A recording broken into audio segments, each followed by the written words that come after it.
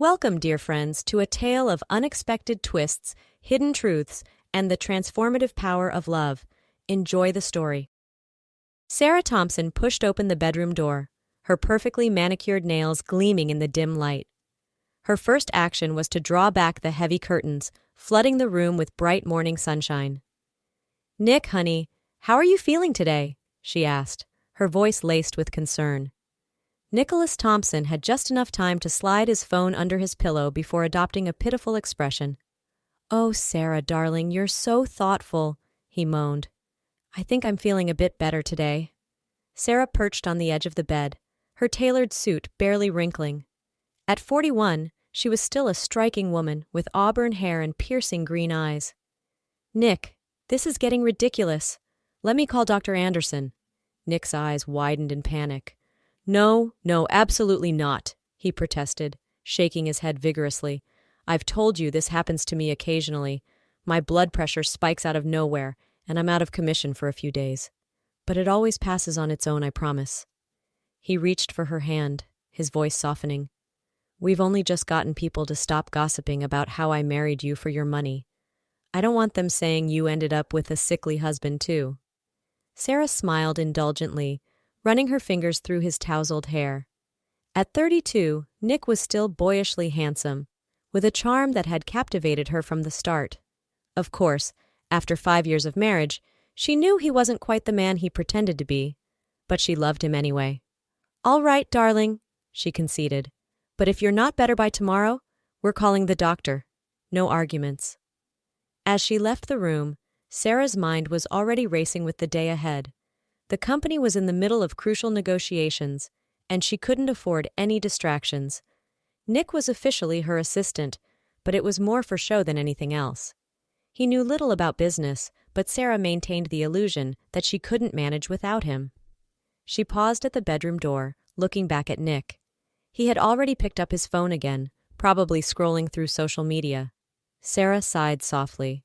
She knew Nick was lazy, that he enjoyed the finer things in life perhaps a bit too much, but she could afford to indulge him in these small ways. After all, he brought a warmth and joy to her life that had been missing for so long. "I'll be home late tonight," she called back to him. "There's a crucial meeting with potential investors." Nick groaned dramatically. "You work too hard, darling. At this rate, I'll waste away here all alone while my wife is constantly in meetings." Sarah chuckled. "Next month should be a bit calmer. Maybe we can even take a weekend trip somewhere." "That would be lovely," Nick replied, his tone brightening. "It's been all work and no play for far too long." As Sarah headed out, she chose not to point out that Nick's work often consisted of long lunches and afternoons spent at the golf course. It was a small price to pay for the happiness he brought her. As Sarah navigated the morning traffic, her mind wandered back to the day she'd met Nick. It had been a typical Tuesday evening, and she'd been driving home from a friend's house, taking a shortcut through the old part of town. The streets were eerily quiet, lined with crumbling Victorian houses that had seen better days. Suddenly, her car had sputtered and died, leaving her stranded on a deserted street illuminated by a single flickering streetlight. The silence had been oppressive, broken only by the distant howl of a stray dog. Sarah had fumbled for her phone, intending to call for help, but to her dismay, the battery had died. Panic rising in her throat, she'd been contemplating making a dash for the main road when she'd heard a voice. "Miss Thompson, is everything all right?" She'd whirled around, her heart pounding, to find a young man standing there, concern etched on his handsome face. "Do I know you?" she'd asked, wary but relieved to see another person. The man had flashed a charming smile. "I work for you, actually. I'm Nicholas Ward. I started in the marketing department last month." Nick had lent her his phone, waited with her for the tow truck, and then insisted on seeing her safely home. Throughout it all, he'd showered her with compliments, making her feel like a desirable woman rather than just a successful businesswoman. "You know, Miss Thompson," he'd said as they waited for the tow truck, "I've always admired how you run the company. You have such a commanding presence in the boardroom." Sarah had felt herself blushing like a schoolgirl. "Please, call me Sarah. And thank you." That's very kind of you to say. Their conversation had flowed easily, covering topics from business strategies to favorite books. By the time Sarah had arrived home that night, she'd felt a spark of something she hadn't experienced in years. Their whirlwind romance had shocked everyone, including Sarah herself. Coffee dates had turned into dinners, dinners into weekend getaways. Nick had been attentive, charming, and seemed genuinely interested in every aspect of her life. When Nick had proposed after just 6 months, the gossip had been relentless. Everyone assumed he was after her money, that he'd cheat on her within a year. "Sarah, darling, are you sure about this?" her best friend Lisa had asked over lunch one day. "I mean, he's so much younger than you. And let's be honest, he's not exactly in your league career-wise." Sarah had bristled at the implication. "Age is just a number, Lisa, and Nick brings so much joy into my life. Isn't that what matters?" But despite her defensive words, doubt had begun to creep in. The night before their wedding, Sarah had sat Nick down for a serious talk. "Nick, I need you to understand something," she'd said, her voice trembling slightly. "I'm 9 years older than you. If you ever want to leave, I'll understand. I just ask one thing.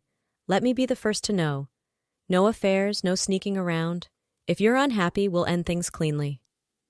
Nick had looked hurt at first, but then his expression had softened.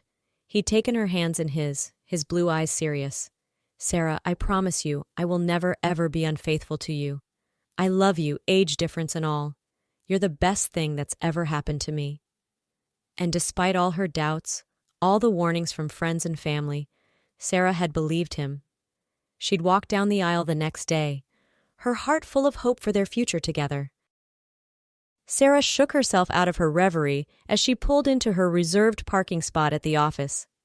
She had a busy day ahead, and she couldn't afford to be distracted by memories, no matter how pleasant they might be.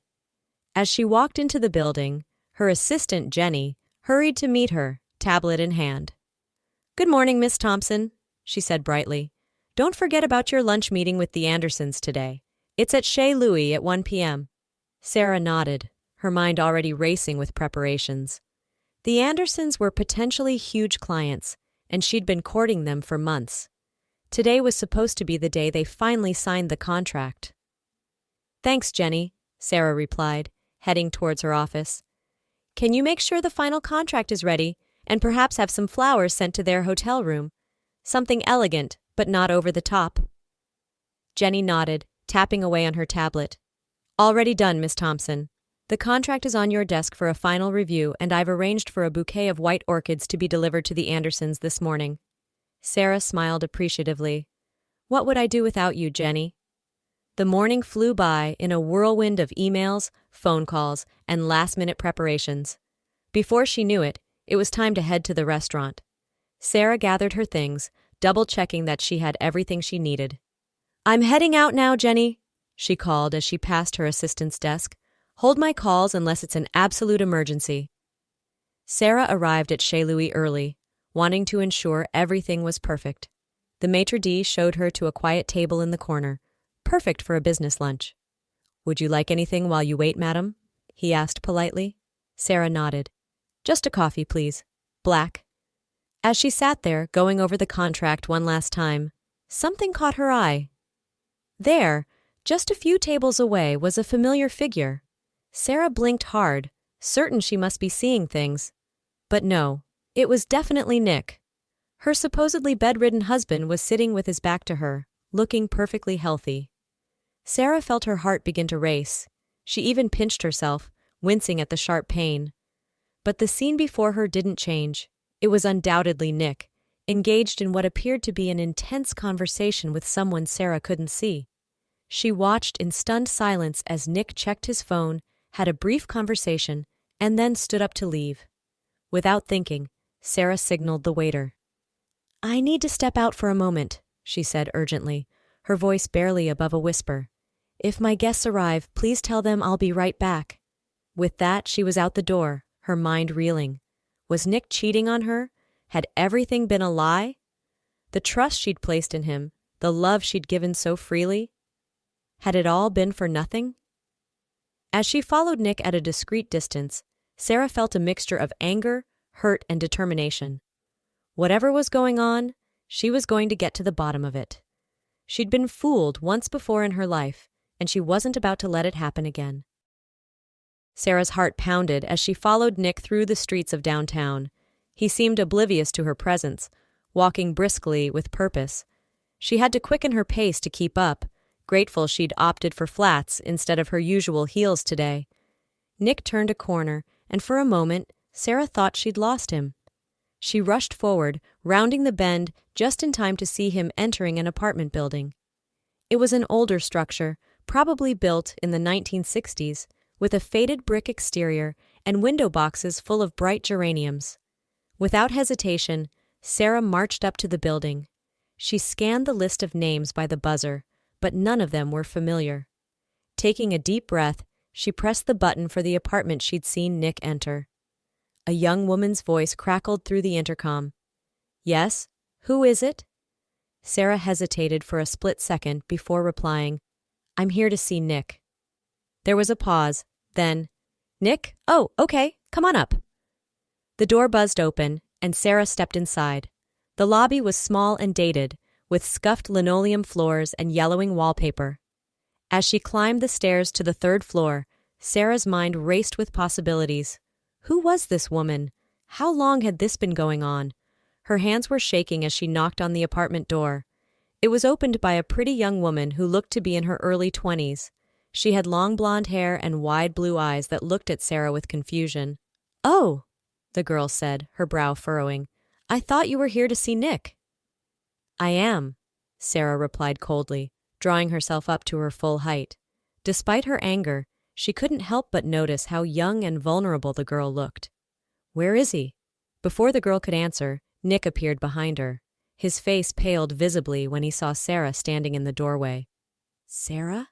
he gasped, his voice a mixture of shock and fear. What are you doing here?"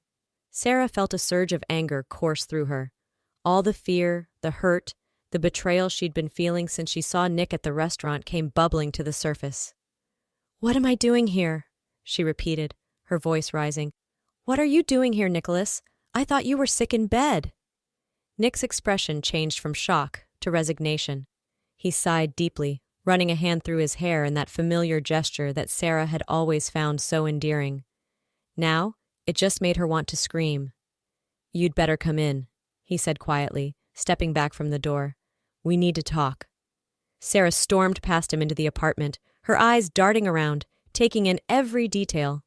It was a small, cozy space, filled with mismatched furniture and cheerful artwork. Not at all what she would have expected for a secret love nest. "Well?" she demanded, whirling to face Nick. "I'm waiting for an explanation, and it had better be good." Nick's shoulders slumped as he closed the apartment door. The young woman hovered uncertainly in the background, her eyes wide with apprehension. "Sarah, I can explain," Nick began, his voice soft and pleading. "Oh, I'm sure you can," Sarah spat, her words dripping with sarcasm. "Let me guess, it's not what it looks like?" Nick ran a hand through his hair again, a gesture Sarah had always found endearing. Now it just irritated her. "Actually," he said slowly, "it's exactly what it looks like, but probably not in the way you're thinking." Sarah raised an eyebrow, her arms crossed tightly across her chest. "Oh, really? Do enlighten me, Nicholas, because from where I'm standing, it looks like you've been lying to me for God knows how long." Nick took a deep breath, as if steeling himself for what was to come. Then he turned to the young woman. "Vicky, can you bring Emma out here, please?" Sarah's confusion deepened. Who was Emma? Another woman? Just how deep did this deception go? A moment later, Vicky returned, pushing a wheelchair. In it sat a young girl, maybe 7 or 8 years old, with Nick's eyes and smile.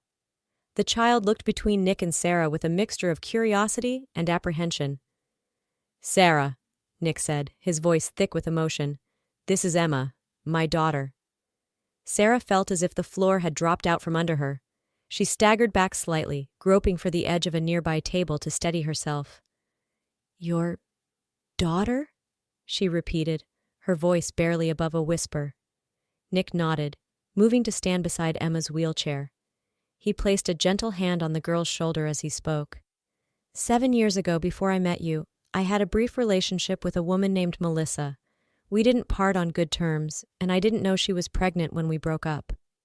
He paused, taking a deep breath before continuing. 2 years ago, Melissa and Emma were in a car accident. Melissa, she didn't make it, but before she died, she told the paramedics who Emma's father was. Sarah's mind was reeling. She looked at Emma, really looked at her for the first time. The resemblance to Nick was undeniable. She had his expressive blue eyes, his dimpled smile. But there was something else, a fragility about her that tugged at Sarah's heart. "By then, you and I were already married," Nick continued, his eyes pleading for understanding. "I was afraid to tell you, afraid you'd think I'd been lying to you all along. Vicky is my cousin. She's been helping take care of Emma when I can't be here." Sarah's gaze snapped to Vicky, who nodded in confirmation. "Nick's been an amazing father," Vicky said softly. "He's here every chance he gets, and he's been working so hard to get Emma the best care possible." Sarah's mind was spinning.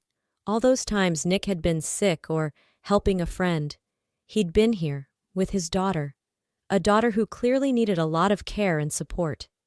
She looked at Emma again, seeing the fear and uncertainty in the girl's eyes. Then she looked at Nick, saw the love and worry written all over his face. It was all too much.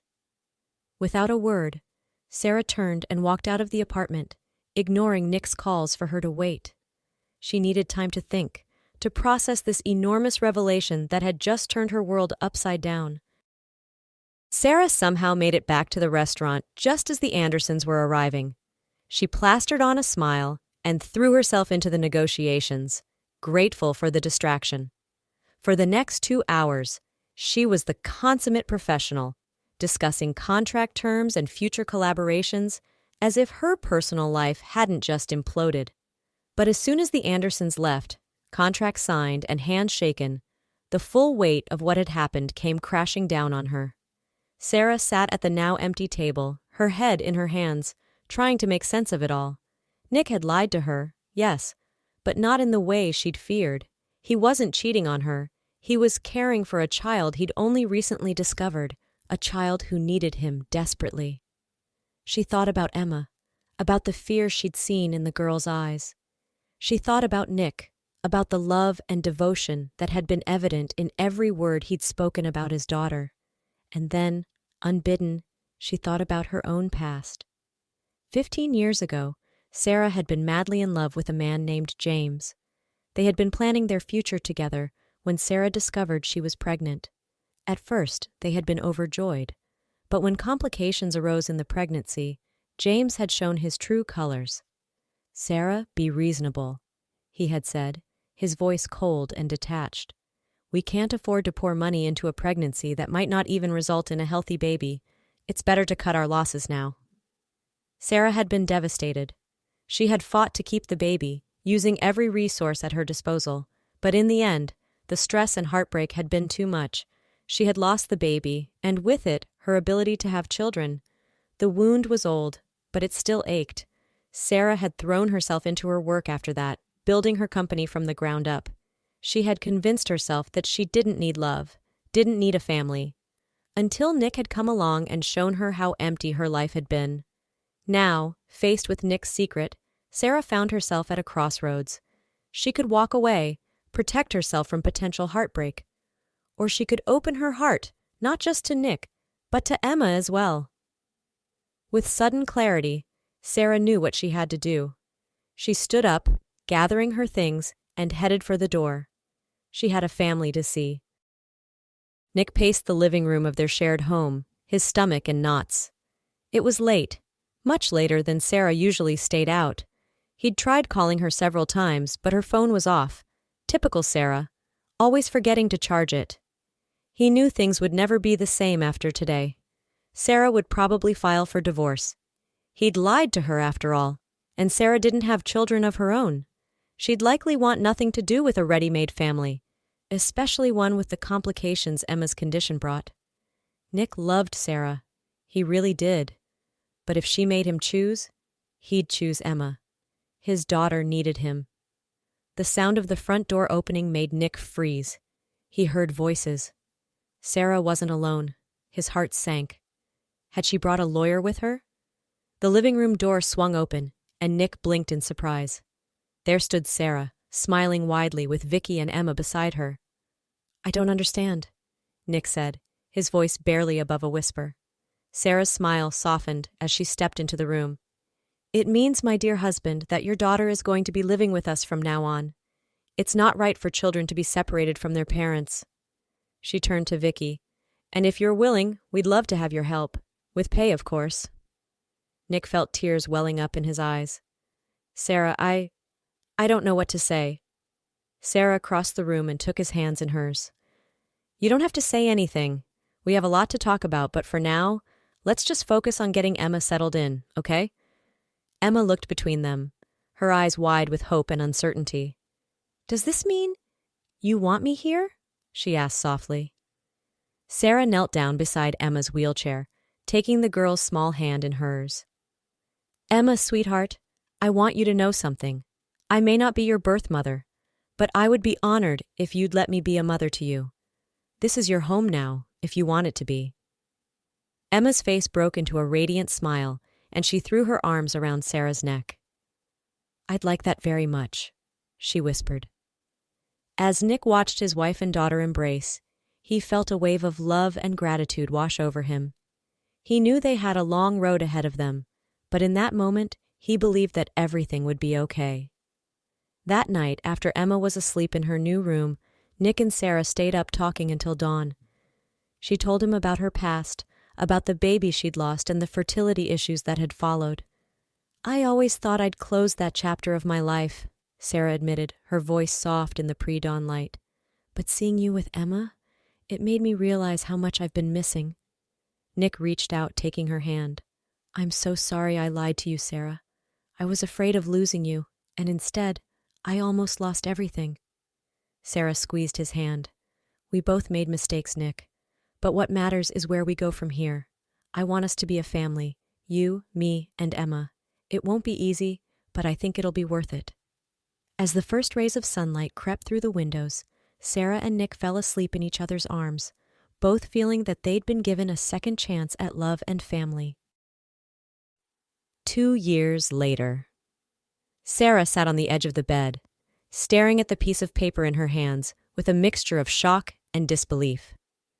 The early morning sunlight streamed through the window, casting a warm glow over the room. A soft knock at the door made her look up. "Mom, Sarah, can I come in?" Emma's voice called out. Sarah smiled, her heart warming at the title Emma had started using for her. "Of course, sweetheart." Emma walked in carefully, her steps still a bit unsteady. She'd recently returned from a treatment and rehabilitation program abroad and was relearning how to walk. At 10 years old, she was growing into a beautiful, resilient young girl. "Mom, Sarah, did I do something wrong?"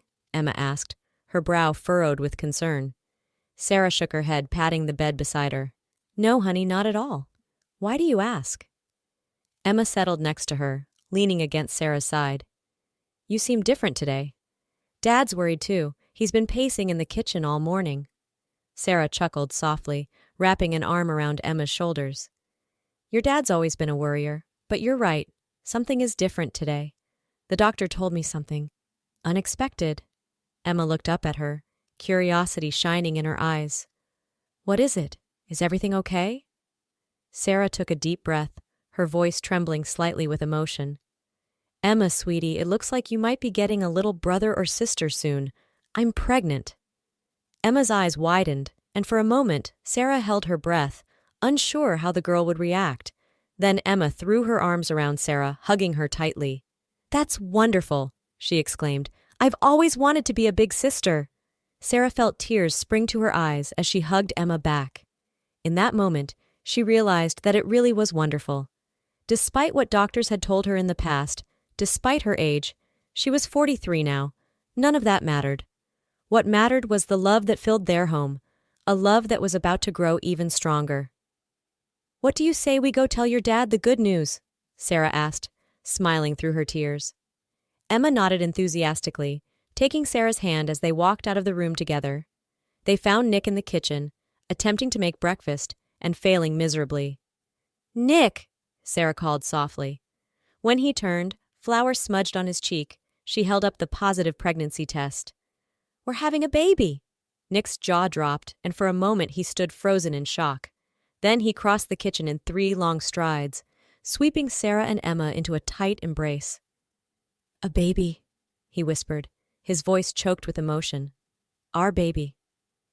As they stood there, holding each other close, Sarah marveled at the twists and turns her life had taken. From a successful but lonely businesswoman to a wife, mother, and now, against all odds, an expectant mother herself. It hadn't been an easy journey, but standing here now, with Emma's arms around her waist and Nick's love surrounding them both, Sarah knew she wouldn't change a thing. Life, she realized, had a funny way of giving second chances to those who were brave enough to take them.